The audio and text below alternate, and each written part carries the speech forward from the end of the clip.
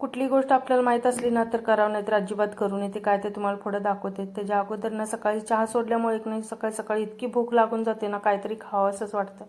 म्हणून म्हटलं सकाळी एक नाही मस्त असं गरमागरम सूप बनवलेलं होतं, ते पिऊन घेतलं. त्याच्यानंतर झाडू पोछा जी काही कामं होती ना, भांडी वगैरे घासून घेतली, नाश्त्याची वगैरे. त्याच्यानंतर मग देवपूजा करून घेतली आणि मग एक द्राक्षाचा घड खाऊन घेतला. दुपारच्या जेवणामध्ये ना मस्त असं भरलेली वांग्याची भाजी, वरण भात, चपात्या असं काही जेवण होतं.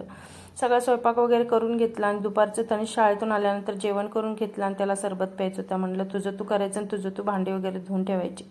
तर त्याचं इथं सरबत करायचं काम चालू होतं. त्याला सरबत वगैरे करून घेतलं आणि त्याच्यानंतर ना मी इंस्टाग्रामवरती एक रील्स बघितली होती. गॅसवरचे जे जाळे आहेत ना ते साफ करायचं. म्हटलं चला आपण पण क्लीन करून बघूया, कारण थोडंसं काळपट पण झालेलं होतं. इथं पाणी घेतलं मी आणि भरपूर असं उकळून घेतलेलं पाणी.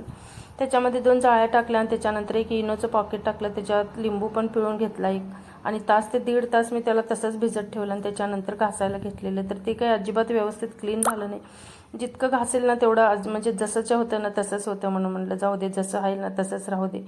परत मी तसंच लावून दिलं स्वच्छ धुवून आणि त्याच्यानंतर भाजी वगैरे आली होती खाली, तर मग भाजी वगैरे घेतली आणि संध्याकाळच्या वेळेला ना मग हलकंसंच मी काय अंडी वगैरे खात नाही, पण तनिषच्या पप्पांचंही ताट होतं, त्यांना जेवण वगैरे दिलं. जेवण झाल्यानंतर ना तनिषला अभ्यासला बसवलेलं होतं, पण मी तिकडं काम करत तोपर्यंत ना हिचा इकडे एक ना टाईमपास चालला होता. तर कसा वाटला मिनी ब्लॉग आवडला असेल तर लाईक, शेअर आणि सबस्क्राईब करा.